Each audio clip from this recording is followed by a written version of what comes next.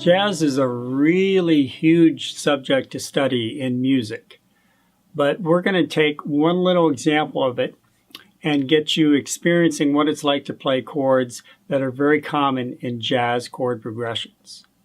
So let me show you these chords. We've got a C major 7th. We have the 5th string, 1st finger, 3rd fret. 3rd finger, 4th string, 5th fret. 2nd finger, 3rd string, 4th fret. And then the 4th finger, 2nd string, 5th fret. The 6th and 1st string are muted on this. My 1st finger is not barring. It's just laying across the strings and resting on the 1st string. Tip of my 1st finger is muting the 6th string. That's a C major 7th chord.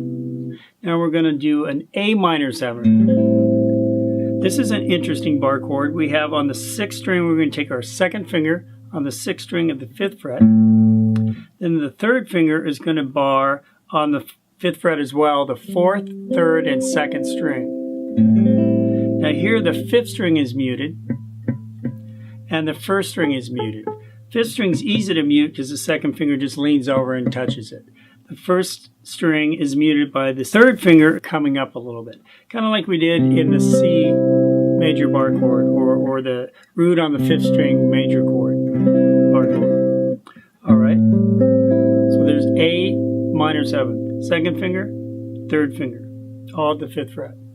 Then we have D minor 7th, and we have the 2nd finger on the 5th string at the 5th fret. We have the 1st finger on the 4th string at the 3rd fret. And then we have the 3rd finger on the 3rd string at the 5th fret. And the 4th finger is on the 2nd string at the 6th fret.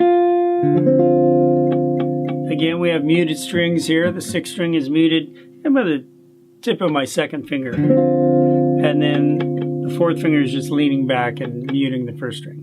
And now we have a G 13th chord. This is a G dominant 13th chord.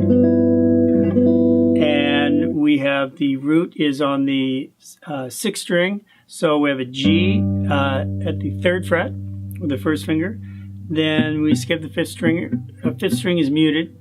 2nd finger is on the 4th string at the 3rd fret. 3rd finger is on the 3rd string at the 4th fret. And the 4th finger is on the 2nd string at the 5th fret. Here the 1st string is muted by the back of the 4th finger. 5th string is muted by the back of the 1st finger. So we have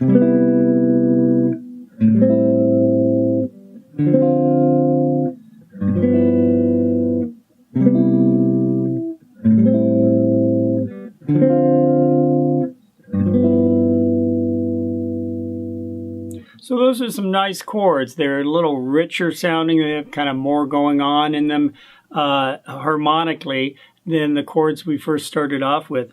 But these are the kind of chords that show up a lot in jazz playing. So this is a nice introduction. Now, how these chords are played, if these are challenging for you, that doesn't have anything to do with the fact that they have longer chord names.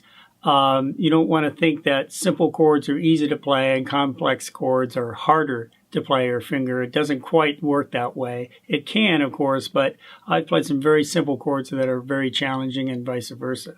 But this is just kind of an introduction to jazz here. And these are four very common chords to find and in this chord progression. So we're going to do 2 beats each chord, and I'm just going to do quarter note strums. I'm just going to do on the beats 1, 2, 3, 4 with down strums, and it sounds like this.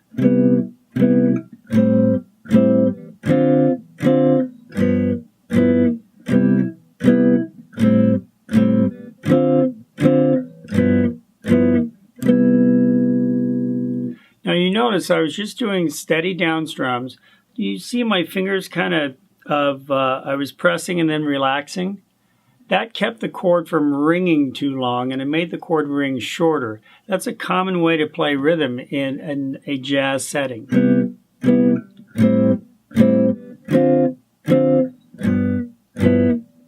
It just gives it a different kind of feel than...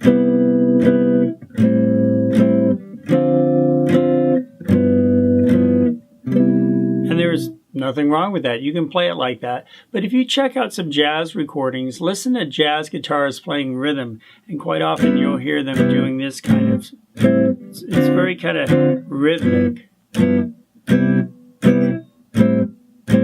For as simple as it is,